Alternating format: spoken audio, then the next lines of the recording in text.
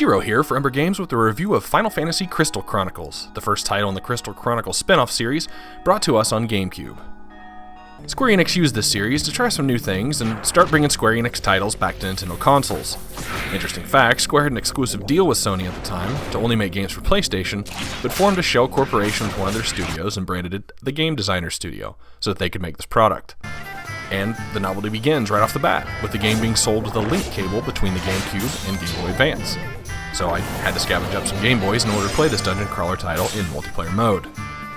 My friend, who you've seen as Hercules, that played through Divinity Original Sin on my review, had the patience and bared through this game with me to the bitter end, side by side on black Game Boy Advance SPs. The bad thing about using the SPs is they have a rechargeable battery, and the connection cable inconveniently covers up the recharge spot.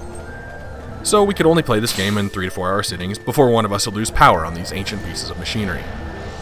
The one plus side to the SP usage is we each had our own screens where we could access inventory and commands and could access it without pausing the whole game or taking turns looking at our inventory. But in multiplayer, you have to connect Game Boy Advances. So now down to the game. Crystal Chronicles at heart is a dungeon crawling action RPG. You begin the game by creating a character and choosing a race. Your race will have subtle effects on your playthrough and the way some of the cutscenes interact, but from a gameplay perspective as a whole, your choices are pretty much just aesthetic. I mean, your family's profession and race will also determine how much health you receive from eating certain foods you find, as they're marked as your favorites. But other than that, the world of Crystal Chronicles is covered in miasma, and you navigate your caravan from location to location and gather drops of myrrh from the trees in which it's used to power the crystal to shelter your village from said miasma. Once you collect 3 drops of myrrh, the year is over, and you return home to a celebration, visit your family, and then set out once again. Now, since the world is covered in this harmful substance, the chalice that you use to collect the myrrh is the only thing that can keep you safe. So in multiplayer mode, one person must always carry the chalice, bringing along an orb of protection as you venture through the dungeons. In single player, you have a Moogle that takes care of it for you. Now at first, I realize this sounds like a pain, but it's actually a pretty neat mechanic. I mean, for one thing, you know how most dungeon crawlers don't let you venture too far from each other, and you have to stay on the same screen? Well, now there's a logical explanation for it. Secondly, it really amps the teamwork to where you're not all just going out and steamrolling enemies in area after area. Now that's not to say it doesn't get frustrating from time to time, like when you get yourself too deep into an encounter and every time you're hit you drop it, but I applaud this new mechanic nonetheless. So as you're limited to the 4 buttons on a Game Boy Advance SP, L, R, A, and B, the controller setup is pretty limiting, even for 2004 when this game came out. You have slots with which you can plug in commands, and you can have one command active at a time, which is used by pressing the A button. If you want to switch commands, use L and R to cycle through them, and again press A to activate. The B button is used for picking things up, including the chalice, random puzzle piece keys, and drops from enemies. And that's really all there is to it. With your commands, you always start a stage with just attack and defense setup, and during that stage introduction, you can also slot any items in your inventory that you may have. Spells can also be obtained in the form of orbs that drop from slain enemies and can be used to fill those extra few command slots. The usual Final Fantasy staples are here: Fire, Blizzard, Thunder, Cure, Clear, often referred to as Asuna, and Life. To cast a spell, you hold down the A button, and a reticle will appear, where you can aim and release that on your enemy, or friend if it's Cure. Another novelty of this game is in multiplayer, if you can all cast a spell at the same time, the same place, you can increase the power of it, or actually change it entirely. For example, 2 Thunders become Thundara. Life plus an attack spell will make Holy. Mismatched attack elements will make Gravity, and so on. Now the orbs have to be collected again in each new stage, sometimes making it a pain to locate that first Cure spell. Attack can also be held down and used with the reticle to use your weapon's focus attack, mostly jump slashing at the enemy. This game really would have functioned a little bit better with a twin-stick shooter setup, allowing you to cast or focus independently of movement, especially in some of the more intense encounters and boss fights, when you need to be able to react a lot more quickly than what the game allows. You have 3 stats in this game: armor, attack, and magic. Your life is just measured as hearts. Now you don't get experience from killing enemies, instead the only thing that upgrades you is equipment and bonus points. You obtain bonus points by finding artifacts and chests within a level. Once you complete that level, all collected artifacts and their bonuses are displayed, and you get to choose one, offering anything from magic +1 to 5, open an additional command slot, or add additional hearts.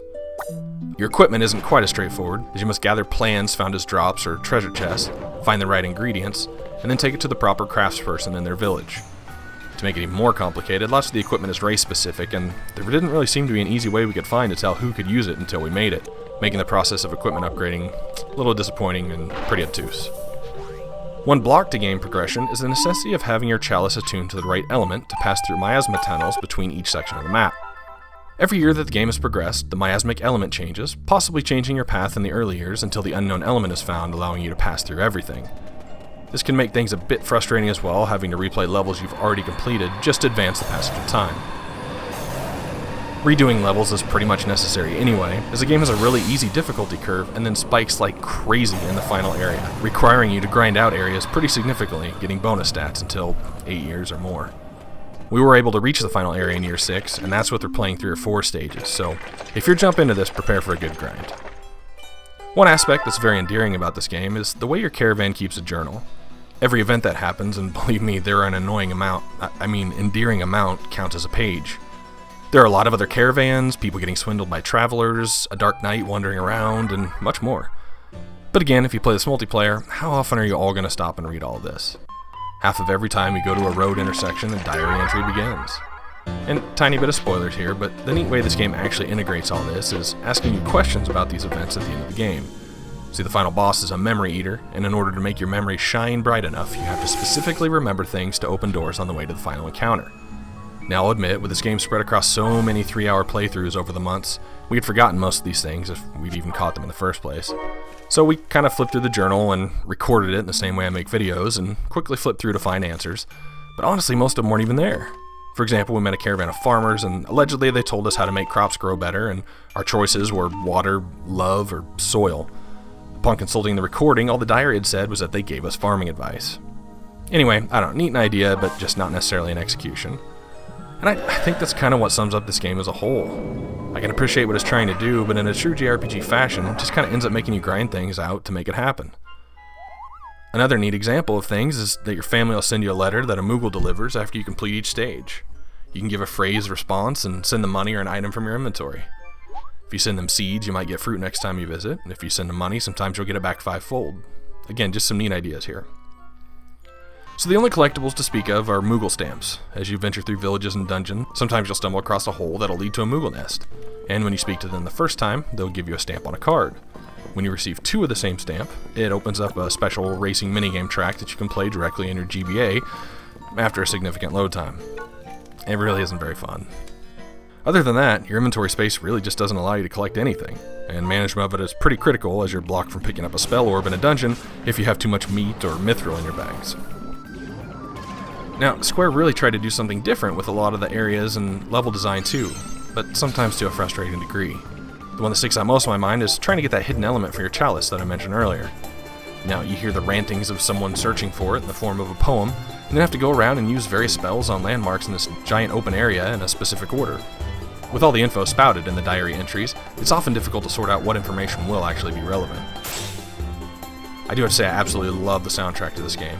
I'm going to butcher her name, but Kumi Tanioka did a marvelous job and has a somewhat unique style in her composition, combining a lot of different elements and kind of Renaissance instruments, giving her music a very world music style. The other perfect audio element of this game is the female narrator that reads the description as you enter each new zone. Among the toadstools, Donna Burke has done voice acting for several games, including some of the Silent Hill games and Shenmue. She has that kind of voice that you just hope she's done some audiobooks to read you stories to fall asleep to every night. Still remember to this day.